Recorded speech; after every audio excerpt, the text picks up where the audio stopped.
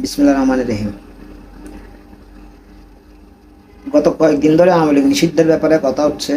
বিভিন্ন শাহবাগে জড়ো হয়েছে কিছু জামাত শিবির আর এনসিপি এবং সমমানা কিছু ইসলামিক দল সহ বেশ কয়েকটি সংগঠন মিলে মোটামুটি তারা একটা দাবি তুলতেছে আওয়ামী লীগ নিষিদ্ধের ব্যাপারে। সেই হিসাবে গতকাল অন্তর্বর্তীকালীন সরকারের প্রধান উপদেষ্টা এবং তার মন্ত্রী পরিষদ বা শুধু উপদেষ্টা পরিষদকে নিয়ে একটা সিদ্ধান্ত গৃহীত হয়েছে যে আওয়ামী লীগ বিচার কার্য শেষ না হওয়া পর্যন্ত কোনো রকম কর্মসূচি করতে পারবে না বা দিতে পারবে না। মিটিং, মিছিল, সমাবেশ, এমনকি অনলাইনেও প্রচার প্রচারণা করা যাবে না। এই একটা সিদ্ধান্ত আসলো। সেই সিদ্ধান্তটাকে এনসিপির এবং জামাত শিবিরের ব্রাহ্মণ যে আমিরটা আছে, সেই সাথে আরও 3 জন আছে, একজন তো হেজিমনি আছে আর 2 জন আছে, সবাই মিলে প্রচার শুরু করতে লাগলো আওয়ামী লীগ নিষিদ্ধ হয়ে গেছে। এটা নিয়ে এখন মানে তাদের আনন্দ মিছিল, এই সেই। ঠিক আছে, সব ঠিক আছে, আওয়ামী লীগ নিষিদ্ধ হলে তো সবার জন্য ভালো। আর আমরাও যে আওয়ামী লীগ নিষিদ্ধ চাই না তা না, আমরাও আওয়ামী লীগ নিষিদ্ধ চাই, আওয়ামী লীগ নিষিদ্ধ হোক। তবে তার মধ্যে একটা কথা আছে, আমাদের চাওয়ার মধ্যে আর অন্যদের চাওয়ার মধ্যে একটু পার্থক্য হলো, আমাদের দলের অবস্থান এবং আমারও অবস্থান হচ্ছে আগে বিচার হতে হবে, আগে বিচার, তারপর আসবে নিষিদ্ধ হবে কি হবে না সেই বিষয়টা। কিন্তু প্রথমে যে কাজটা করতে হবে সেটা হচ্ছে আগে বিচার। কারণটা হচ্ছে, মনে করেন আমার এলাকায় যে কোনো একজন, আমি উদাহরণস্বরূপ বলছি, যে কোনো একজন আমার পরিবারের কাউকে হত্যা করছে। এখন আমাদের সমাজে, প্রতিটা সমাজে থাকে এরকম সর্দার বলেন, অনেকে বলেন যে, অনেকে জানেন আপনার ওই যে মেম্বার থাকে, সমাজে একটা কমিটি থাকে, সে সমাজের সামাজিক বিচারটা করা হলো যে যিনি খুন করছে তাকে একগরে করে দেওয়া হলো। তাহলে এটা কি বিচার হয়েছে? এটা তো বিচার হয় নাই।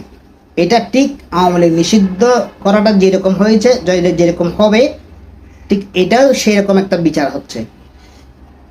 নিষিদ্ধ করার চেয়ে বা একগরে করার চেয়ে আগে প্রথমে করতে হবে বিচার, ন্যায় বিচার। ন্যায় বিচার করার পর আস্তে আস্তে নিষিদ্ধ হবে কি হবে না এটা পরের সাবজেক্ট। প্রথমে আগে বিচার। মাফিয়া হাসিনা হাজার হাজার মানুষকে গুম, খুন, হত্যা, নির্যাতন, লুটপাট এত কিছু করার পরও নিষিদ্ধ করে থামিয়ে দিলে হবে না। আগে মাফিয়া হাসিনার অপরাধের বিচার হতে হবে। বিচারের পর আসবে কি করা যাবে কি যাবে না। এটাই ছিল মূল বিএনপির ভাষ্য এবং আমারও একই মত। সেই দাবিটাই বিএনপি মাফিয়া হাসিনা পালানোর পর থেকে করে আসতেছে।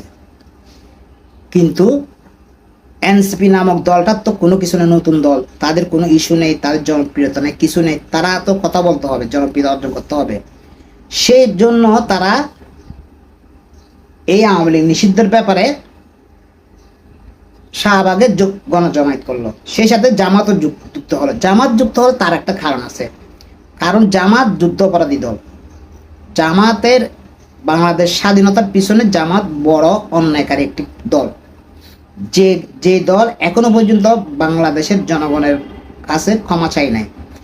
সেই জামাত ৭১কে মুছিয়ে দিয়ে ২৪টাকে হাইলাইট করার জন্য জান পরাণ দিয়ে নেমেছে।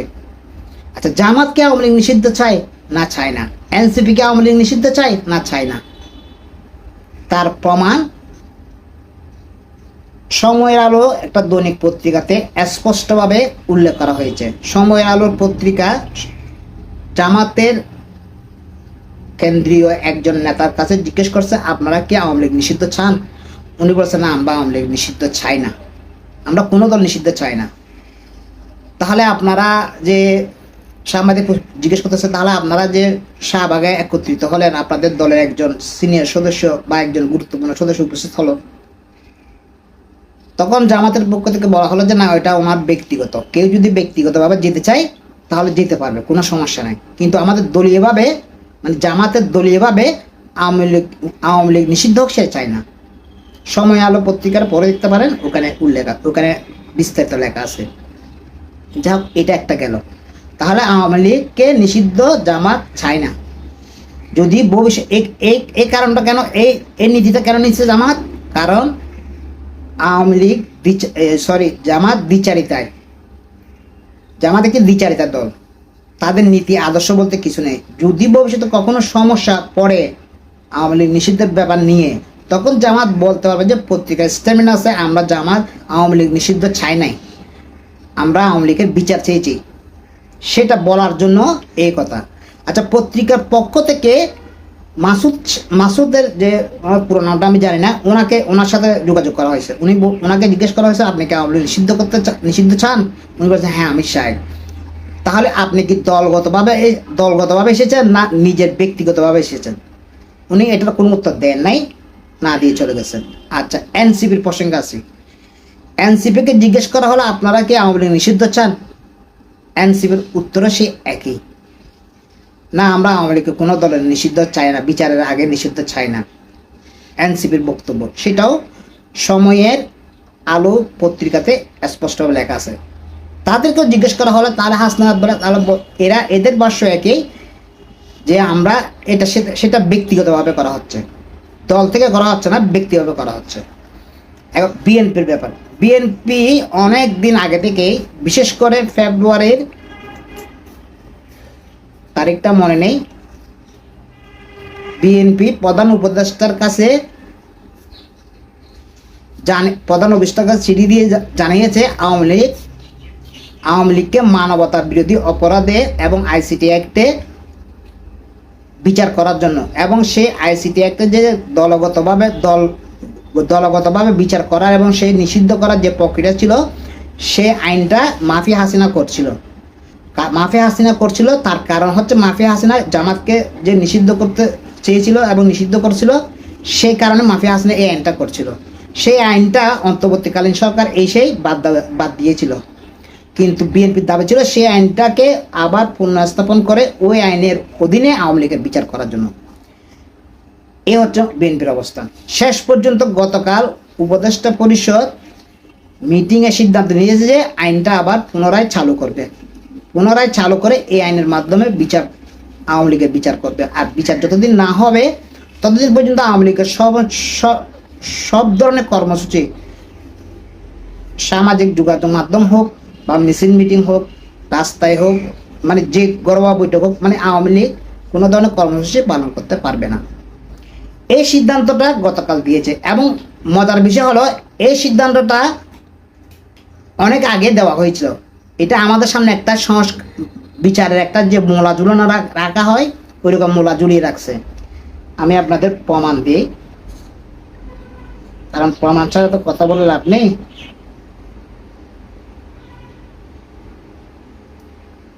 যুগান্তর পত্রিকা 5 সেপ্টেম্বর, বিচার শেষ না হওয়া পর্যন্ত দলীয় কার্যক্রম চালাতে পারবে না আওয়ামী লীগ, উপদেষ্টা পরিষদের সিদ্ধান্ত।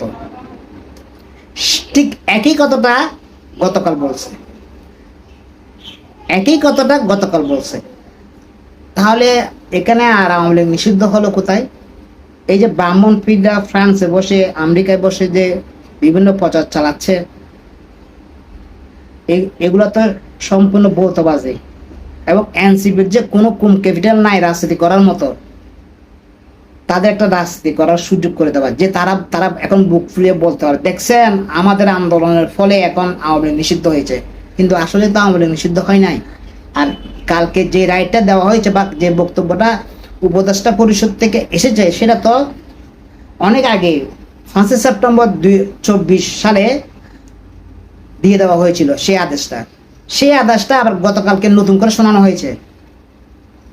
এ হচ্ছে রাজনীতি, এ হচ্ছে আওয়ামী লীগ নিষিদ্ধের ব্যাপারে প্রক্রিয়া। আচ্ছা, সেটা একটা গেল। শাহবাগে সবাই উপস্থিত হলো। সে উপস্থিতে আমি আপনাদের একটা স্লোগান শোনাই।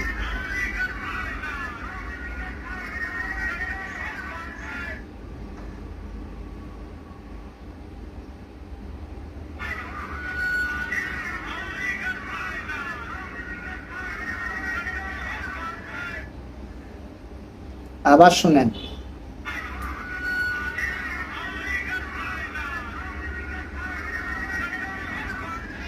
গোলাম আজমের বাংলায় আওয়ামী লীগের ঠাঁই নাই। গোলাম আজমকে একজন প্রতিষ্ঠিত দালালিক প্রমাণিত একজন রাজাকার এবং রাজাকারের প্রধান।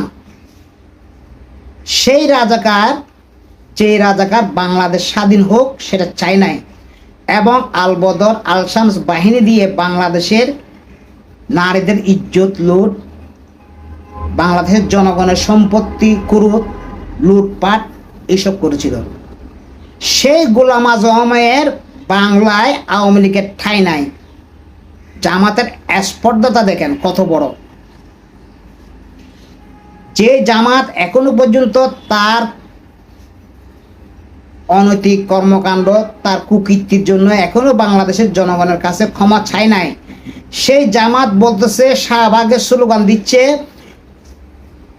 গোলাম আজমের বাংলায় আওয়ামী লীগের ঠাঁই নাই। এটা গোলাম আজমের বাংলাটা হলো কিভাবে?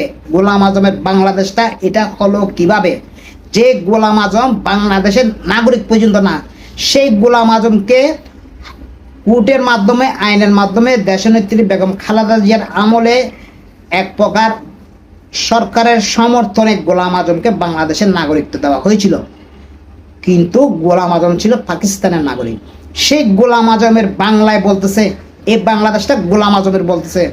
অথচ আমরা কয়েকদিন আগে, আমি 2-3 দিন আগে আওয়ামী লীগ জামাতের পেজে দেখলাম, এই দেশটা কারো বাপের না, এই দেশটা কারো স্বামীর না। ঠিক আছে, বুঝতে পারি এই দেশটা আসলে তো কারণ না, কারো একার না, এই দেশটা সবার, এই দেশটা সবার। তাহলে এখন জামাত কিভাবে বলে গোলাম আজমের বাংলায় আওয়ামী লীগের ঠাঁই নাই? আওয়ামী লীগের ঠাঁই নাই না থাকুক এটা অন্য ব্যাপার, কিন্তু এটা গোলাম আজমের বাংলা হলো কিভাবে? এত বড় দুঃসাহস জামাত শিবির কিভাবে দেখাতে পারতেছে? সেই সাথে এনসিপি কিভাবে এর সাথে যুক্ত হলো? এনসিপি বলছে তারা হচ্ছে একটা মধ্যমপন্থা দল, তারা 71 বাংলাদেশের স্বাধীনতার ইতিহাস সবকিছু দারুণ লালন পালন সবকিছু করে। তাহলে তারা যদি সবকিছু দারুণ লালন পালন সবকিছু করে থাকে, তাহলে তাদের সামনে যে গত পরশু দিন কিংবা গতকাল যে স্লোগান দেওয়া হলো গোলাম আজমের বাংলায়, সেটা এনসিপির কেউ প্রতিবাদ করে নাই কেন? সেটা এভাবে প্রকাশ্য একটা জায়গায়, শাহবাগের মতো একটা জনপ্রিয় জায়গায় কিভাবে দিতে পারে যে গোলাম আজমের বাংলায়? এই স্লোগানটা কিভাবে দিতে পারে? আইন শৃঙ্খলা বাহিনী কোথায়? দেশের উপদেষ্টা পরিষদরা কোথায়? দেশের যারা ক্ষমতায় দখলে আছে বা ক্ষমতার দায়িত্বে আছে তারা কোথায়? এবং সরকার অংশ এনসিপি কোথায়? এই যে বলা হচ্ছে গোলাম আজমের বাংলায়, এটা তো কোনো অবস্থাতে মেনে নেওয়া যায় না। যত কিছুই হোক, এই স্লোগানটা কোনোভাবে মেনে নেওয়া যায় না যে গোলাম আজমের বাংলায়।